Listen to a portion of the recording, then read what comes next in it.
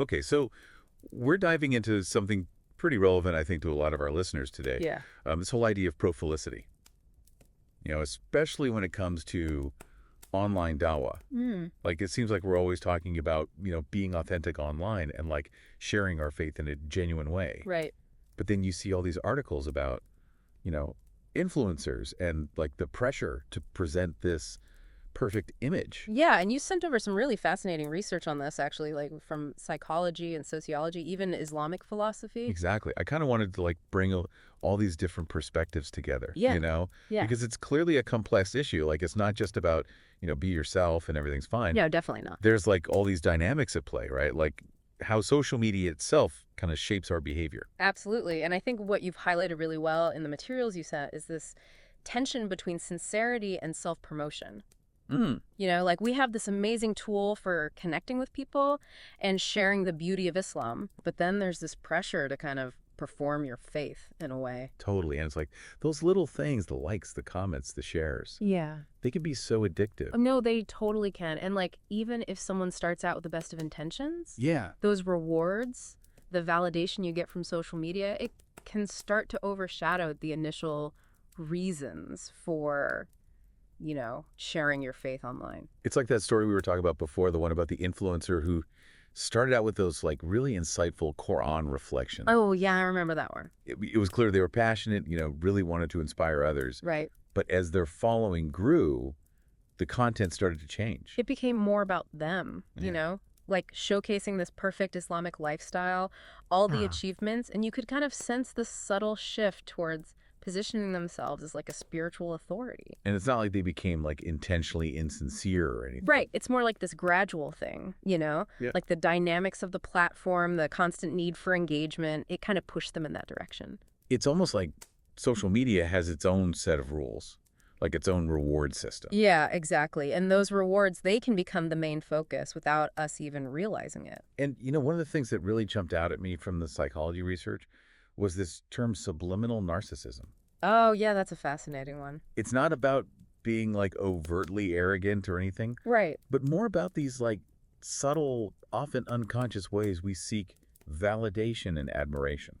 And the research shows that social media can be like a breeding ground for this, the constant feedback loop, the likes, the comments. Yeah. It actually activates the reward centers in our brains, releases dopamine. Oh, wow. So we get this like feel-good chemical hit, and over time we can become almost addicted to that validation.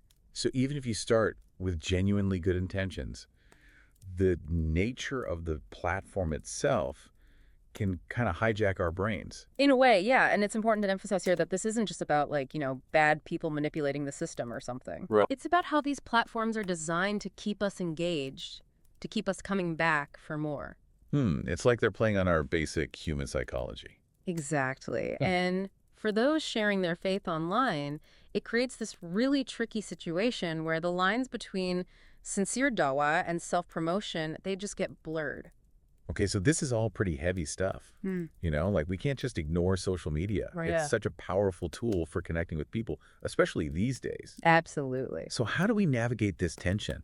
Like, how do we make sure that our online dawah stays sincere and focused on benefiting others, not just feeding our own egos? That's the million-dollar question, isn't it? And thankfully, you actually included some really good stuff from Islamic tradition in our materials. Yeah. Like some timeless guidance that I think can offer some profound insights on this. Yeah. I was really curious to see how like a classical Islamic teachings address this whole issue of sincerity versus showing off, Yeah. Like this isn't a brand new challenge, right? No, definitely not. Islam has been grappling with this concept for centuries. Like what kinds of things? Well, think about Riyah, for instance, showing off in your acts of worship. Oh, right. The Prophet Muhammad, peace and blessings be upon him, explicitly warned against this, He said, even if a deed is outwardly good, if the intention is just to impress others, it loses its spiritual value. Wow, that's powerful. And it feels so relevant, to the world of online dawah, where it's so easy to get caught up in the numbers game. Exactly, and it's not just about avoiding outright boasting either. Right. Islamic scholars like Imam al-Ghazali, they go even deeper into the subtleties of intention, They emphasize this constant need to purify our hearts and to make sure that our actions are solely for the sake of Allah.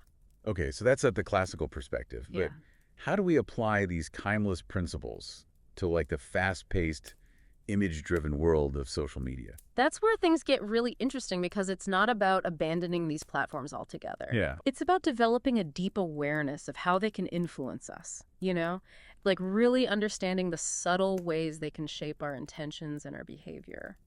So it's almost like we need a new set of guidelines, a new framework for thinking about online dawa Mm, in a way that honors both the spirit of these teachings and the realities of the digital age. precisely. And, you actually included some really practical advice in your Oh, materials, yeah. strategies for both individuals and the community as a whole. Okay, cool. But before we get into those, I think it's important to understand the impact this whole dynamic has on the online Islamic community at large. You're talking about the bigger picture here, the potential consequences of all this unchecked profilicity. Exactly. Okay, I'm ready to dive into that. What are some of the things we need to be aware of? Well, one of the things that really worries me is this potential for fragmentation, Yeah. within the online Muslim community. Fragmenting. Yeah, like when we start prioritizing individual profiles and personal branding, it can lead to a focus on niche audiences and echo chambers. Well, I see what you mean. Like, instead of fostering a sense of unity and shared purpose, Right. we end up with these isolated pockets of online communities, each revolving around a particular influencer or a specific interpretation of Islam. Exactly. And that can have some pretty serious consequences. Like what? Well, for one, it can limit exposure to diverse perspectives and interpretations within the faith. It's like we're creating these digital silos where people are only exposed to information that confirms their existing beliefs. And that goes against the very spirit of seeking knowledge and understanding, which is so central to Islam. Exactly, And it can also lead to a decline in trust and credibility within the online community. Oh, how so? Well, when people start seeing dawah being used as a vehicle for self-promotion, it can make them question the authenticity of everyone who's sharing their faith online. That makes sense. It's like that saying, one bad apple spoils the bunch. Yeah. Even if there are tons of sincere individuals genuinely trying to do good, Right. the actions of a few can cast a shadow of doubt on the entire online dawah landscape. And it's not just about individual influencers either. Oh, really? No, this culture of profilicity, it can seep into the way Islamic organizations and institutions operate online too. Oh, yeah. You see this pressure to constantly promote themselves, showcase their achievements, compete for donations and followers. Oh, absolutely. You see it all the time, flashy graphics and emotional appeals. Yeah. Even a subtle sense of one-upmanship between different organizations. Exactly. And while there's definitely a place for marketing and outreach, Yeah. when it becomes the primary focus, it can detract from those core values of service, humility, sincerity. Right. The things that should be at the heart of any Islamic endeavor. Exactly. Okay, so we've painted a pretty bleak picture here. Yeah. But I'm really interested in exploring the solutions. What are some practical steps we can take, both individually and collectively, to address this whole issue of profilicity and create a more authentic and beneficial online Islamic space? Well, first and foremost, it comes down to individual accountability. Each of us has a responsibility to check our intentions before hitting that post button. You're right. Ask yourself, why am I sharing this? Is it truly for the benefit of others, or am I seeking validation or recognition? That reminds me of the concept of muraqabah. Oh, yeah. Self-monitoring. Right. It's about being mindful of our thoughts and actions, constantly striving to align them with Islamic principles. Exactly. And it's not just about what we post, but also how we engage with others online, Are we contributing to meaningful conversations, or are we just adding to the noise? Yeah. Are we offering genuine support and encouragement, or are we using these platforms to boost our own egos? So it's about cultivating a sense of digital adab. Precisely. Islamic etiquette, even in the seemingly informal world of social media. I like that. And beyond individual efforts, what about on a community level? What can we do? Well, one of the things you highlighted in your materials was the need for more open and honest conversations about these issues. You know? It's about breaking the taboo surrounding these discussions of ego narcissism. Exactly. The subtle ways we can be influenced by online platforms. We need to create spaces where people can openly share their struggles, their doubts, even their mistakes, Yeah. without fear of judgment or shame. It's about fostering a culture of vulnerability and support, recognizing that we're all on this journey together and none of us are immune to the pitfalls of the digital age. Absolutely. And alongside these conversations, we also need to start developing ethical guidelines. Guidelines. Yeah, specifically for online dawa. That's a really interesting idea. What would those look like? Well, they could cover things like transparency around sponsorships and collaborations, Okay. avoiding content that promotes envy or materialism, Mm. and prioritizing educational and community building initiatives over self-promotion. So it's about setting a higher standard for how we represent Islam online. Exactly, a standard that's rooted in sincerity, humility, and a genuine desire to benefit others. And these guidelines, they can't just be imposed from the top down, right? No, definitely not. They need to be developed through collaborative efforts, involving scholars, community leaders, influencers, everyday Muslims. It's about creating a shared sense of ownership and responsibility for the kind of online environment we want to cultivate. But, it's not enough to just talk about ethics and guidelines. Right. We need practical tools and strategies to help people actually navigate these complexities. Yeah, for sure. And thankfully, you included some really concrete ideas in our material. Oh, good. Like what kinds of things? Well, one thing that stood out to me was the idea of diversifying content, Instead of just focusing on personal reflections or achievements, why not share inspiring stories from Islamic history? Oh, I like that. Highlight the work of other Muslims doing amazing things. Or create educational content that deepens people's understanding of the faith. I love that. It's about shifting the focus away from the individual and towards like the richness and diversity of the Islamic tradition. Exactly. And what about collaborating with others? Oh, absolutely. Instead of competing for followers and attention, Right. Imagine if we started working together on projects, pooling our resources and expertise to create something truly beneficial for the community. It's about leveraging the power of the platform to amplify voices that might otherwise go unheard. Yeah. To connect with people from different backgrounds and perspectives and to build bridges of understanding and empathy. And it's not just about creating new content either. Yeah. We can also be more intentional about how we engage with existing content, What do you mean by that? Well, instead of just passively scrolling through our feeds, we can actively seek out content that is beneficial, inspiring, and aligned with our values. And we can use our platforms to amplify those voices, to share those messages with others. So it's about being more discerning consumers of online content and more conscious curators of the information we share with others. Exactly. And it's also about being mindful of the impact our online activities have on our own hearts and minds. Right, like what we were talking about before. Yeah. Remember that whole thing about the addictive nature of social media? Yeah. The way it can trigger those reward centers in our brains? Right, and now that can sometimes overshadow our sincere intentions. Well, there are things we can do to mitigate those effects. Like what? For example, setting limits on our screen time, being more intentional about the accounts we follow, and even taking regular breaks from social media altogether. It's about recognizing that these platforms can be powerful tools, but like any tool they need to be used wisely and with intention.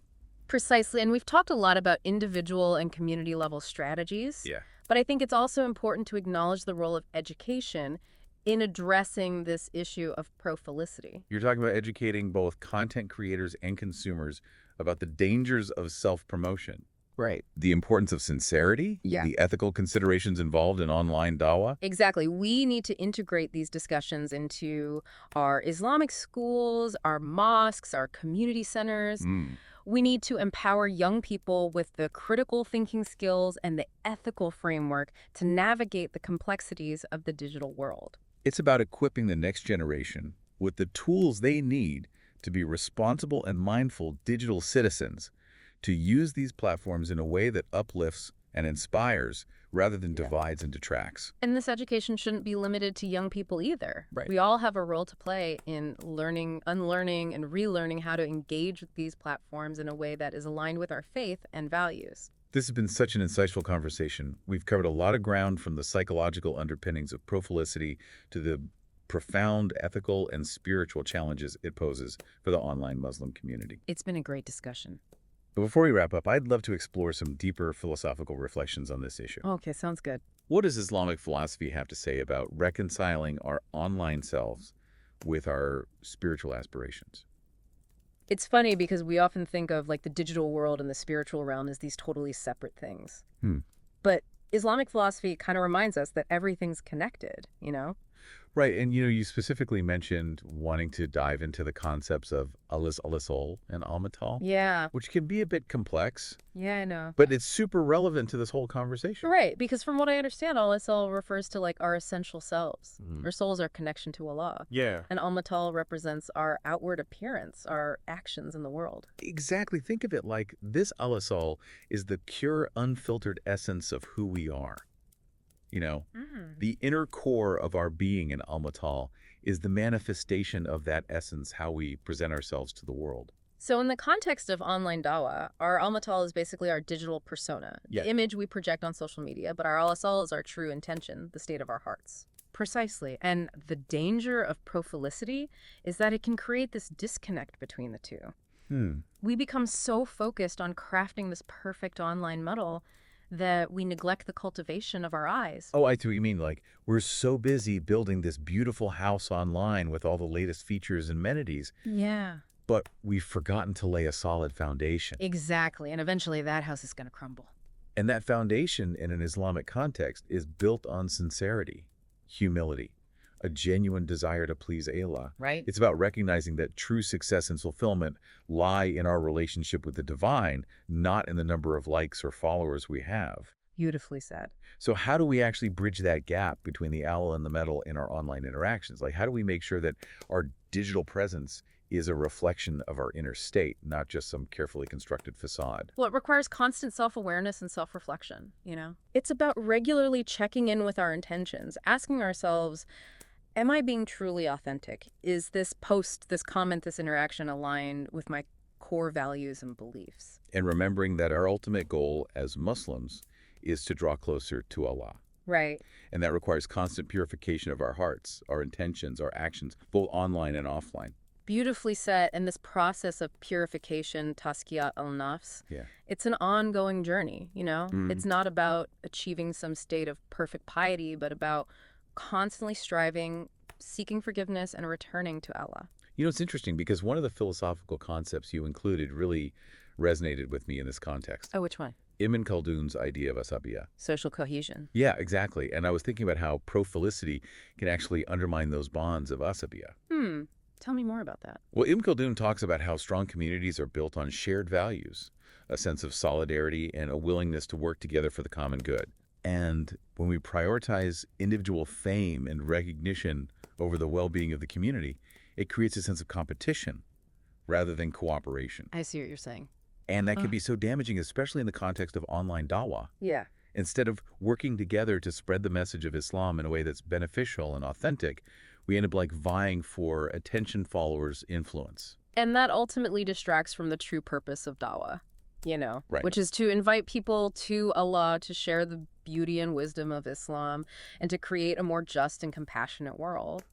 It's not about building our own little empires or seeking online glory. Exactly. So how do we foster that sense of asabiya in the digital age? Yeah. Like, how do we create an online Islamic space that's characterized by cooperation, support a genuine desire to benefit the community as a whole? It starts with shifting our mindset away from competition and towards collaboration, Imagine if instead of seeing each other as rivals, we saw each other as allies, as partners in the shared mission of spreading good and promoting understanding. I love that. And it goes back to what we were talking about earlier. Yeah. Diversifying content, collaborating on projects, amplifying each other's voices. Right. It's about using the power of social media to build bridges, not walls. Exactly. And it requires a conscious effort to elevate the voices of those who are truly committed to sincere and beneficial dawah, even if they don't have millions of followers or perfectly curated feeds.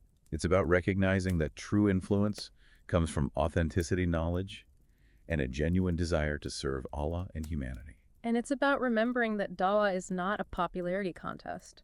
It's about planting seeds of goodness, sharing knowledge with humility, and inviting others to the path of Islam with wisdom and compassion. So what does this all mean for you, dear listener? We've explored a lot of complex ideas today, from the psychology of subliminal narcissism to the philosophical depths of al and al-Matal. But here's the takeaway. The digital age presents both opportunities and challenges for Muslims. It's a tool that can be used for immense good, but it also requires us to be vigilant, mindful, and deeply rooted in our faith.